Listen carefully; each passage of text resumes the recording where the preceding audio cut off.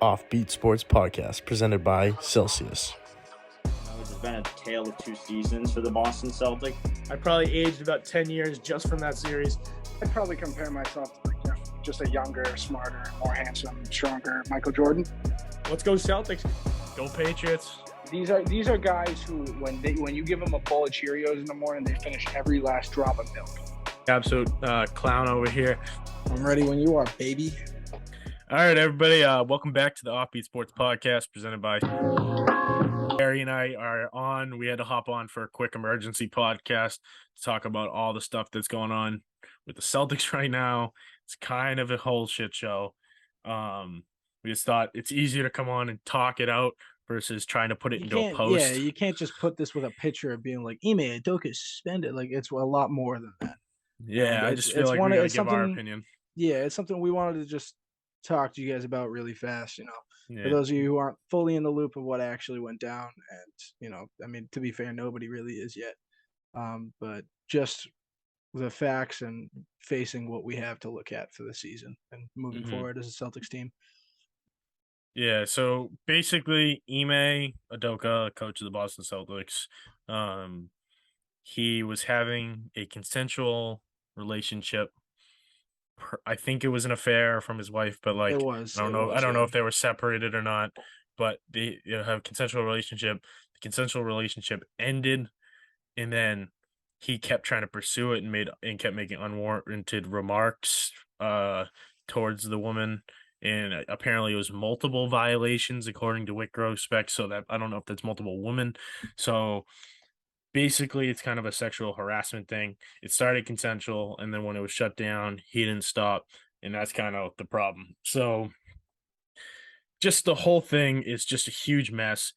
First off, he's not allowed to have relations with someone else, and that's just a general workplace without reporting it to the HR, which is just a general workplace rule. So he broke that rule, and not only that, it was the whole sexual harassment thing. So huge mess. And it's I'll start with saying, as a Celtics fan, it's unfortunate in two ways to look at it. One, Coach Ime Udoka is very good at his job. And, first year as a coach, he brought us to a finals, the first time that pretty much the entire roster has ever seen a finals. On a realistic and humanoid standpoint, it's truly upsetting to see just how bad people truly can be. Now, I know a lot of you are just like, hey, he had an affair. I mean, my dad isn't dating my mom anymore. You know what I mean? Like, oh, big deal. A bunch of people get divorced. It's more than that. One, if you do that in general, like you're a piece of shit. Yeah. Two, we're talking a very, very, very famous man, with a lot of power behind his hands, and in the way that he started to develop the relationship after it kind of sizzled out, it started to be an abuse of power. Yeah. So my thing is, So my thing is, as a Celtics fan, I'm disappointed that our coach would do something like that, and that was going on within the organization. But as a Celtics fan, I appreciate the work that Brad Stevens and Wick Grospec, the owner, are doing to take care of this. And it's honestly just, I watched the press conference today with Brad and Wick, and it was honestly like really telling to how much this actually hurt the organization. And like Stevens was very worked up, and you don't see Stevens worked up all that much. He was very worked up and emotional and pissed off. Like I don't think I've ever heard Brad Stevens swear. When he was talking about how the women were getting dragged on Twitter in the organization, most of them who weren't even involved, like he was pissed. He goes, all the bullshit on Twitter. He was so pissed, and it was very telling of his character. And I think that should give some kind of reconciliation to Celtics fans that isn't a part of the culture. That's not something the culture condones. It was something that the coach did that the Celtics immediately took care of. It went against the as Boston way. It's as so simple as that. yeah, so basically Wick said in the press conference, as soon as they had heard about it, they had brought in an outside respected law firm to do a full investigation. And that investigation, I think, took like a month or two, and it just finished up a couple days ago. And that's where this result came out. So they had known about this for a while.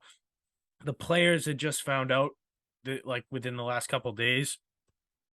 They're very upset about it. People are talking about, is Tatum and Brown going to be upset Udoka's gone? And I'm like don't think so at all. But like, I think they'll be upset that a good coach is gone. But like, they'll be upset I think that a coach is gone. The but circumstances, the circumstances they got to understand. I mean, Brown is a huge feminist.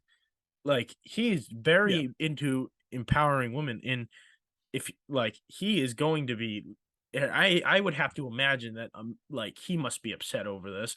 Like, all the players are probably very concerned. And then like, so Wick said there's a lot of twists and turns throughout the investigation.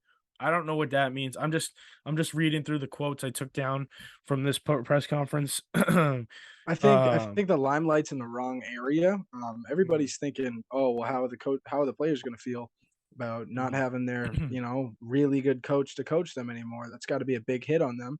I don't think that's on their mindset at all, honestly. I mean, is it still one of the biggest things like about this? Yes, it is. I mean, he's a fantastic coach, and losing him as a coach is definitely going to do damage. But at the same time, I don't think that's what the locker room cares about. I don't think that's what the general public really cares about. I think more than anything, if they're not upset that they're not going to have that coach, they're really pissed off that they had that coach, not knowing who he was. Yeah. Because if you look at they got close to him, yes, and they got close to him, and then they find out this, like, that must be unsettling. In layman's terms, put it in layman's terms. All right, so say you have like a really good friend, right? And like, you guys just like, he's helped you a lot, like you guys have helped each other out a lot. And next thing you know, you find out from multiple people that he was doing nothing but just pretty much things. Yeah, just going behind not your back, but everybody's backs around him, and just doing these disgusting things, like just like 4 or 5-year-old, like that's childish behavior coming from a grown man. Now you put that in the mindset, if that's one of your friends, what side are you like initially going to take? You're obviously going to be like, damn, that's my friend. At the same time, you're going to start to realize that maybe if all that shit like that's who you associate yourself with is a big reflection of who you are as a person. And I think that's one of the first things that's popping up into their minds. It's like, shit, we're really fucking praising this guy as our coach leading us to the finals, and here he is being pretty much an absolute scumbag to everybody but the people who plays for him. Not even works for him, because the people who work for him are the people he's doing this to. And it's disgusting. It really is gross to see the misogynistic concept that's coming from this guy. And me, myself, if I had to give my opinion on it, I think affairs happen. I think people grow apart. And I think if you're the person to not be the bigger man or bigger woman and separate the relationship, you are childish. You are very, very childish. You have a lot of learning to do in your life. Can I say that you won't learn from it? No, I can't. Because there's been many of people who have been like, yeah, no, I will fully admit I fucked up. And you know what? People have to live and learn with that. When you're talking about this case with Ime Udoka, that is a completely different spectrum. Completely different spectrum. Not only is this man a multi-million-dollar coach, he is also he's also married to engaged. They've been engaged for 7 years. Yeah, technically it's his girlfriend. So all right, so dating, sure.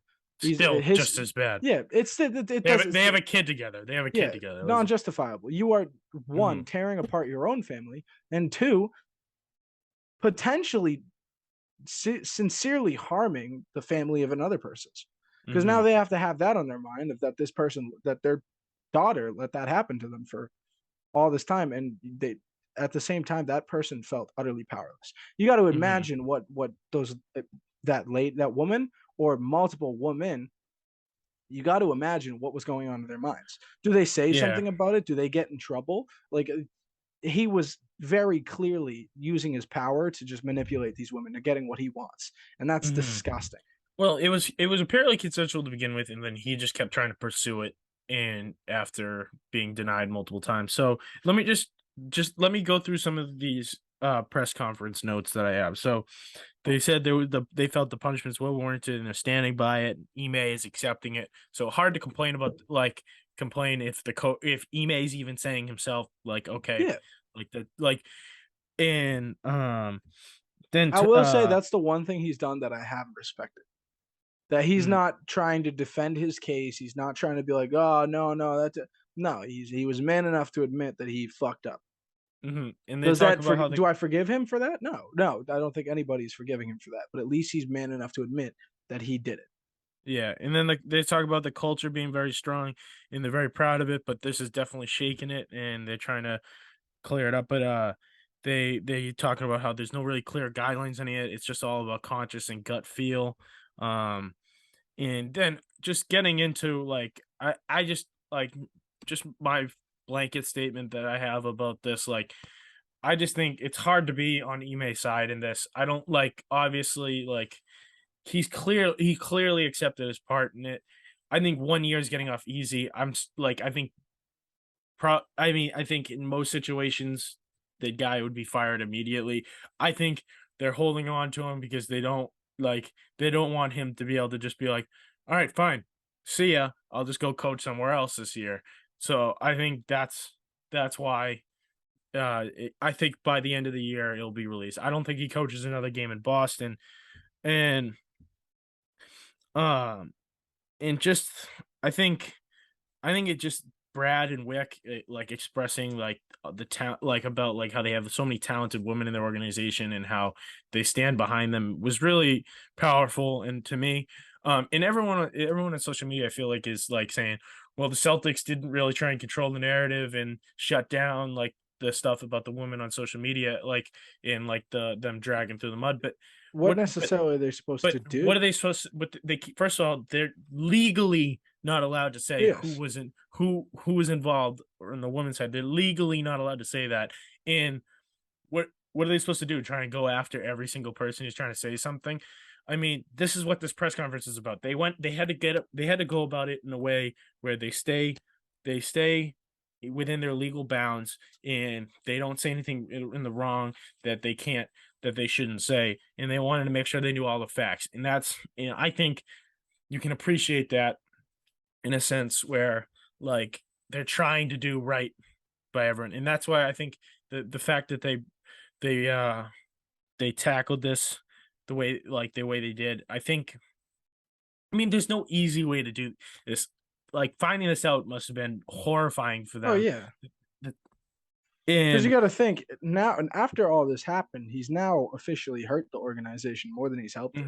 Has he gotten to them? Has he gotten them to a finals? Yes, sure. But you got to think about how much this is going to be talked about for the course of not just the next year, but the next multiple years. Look at Deshaun Watson. When he starts playing again, do you think they're going to stop making jokes about it? No.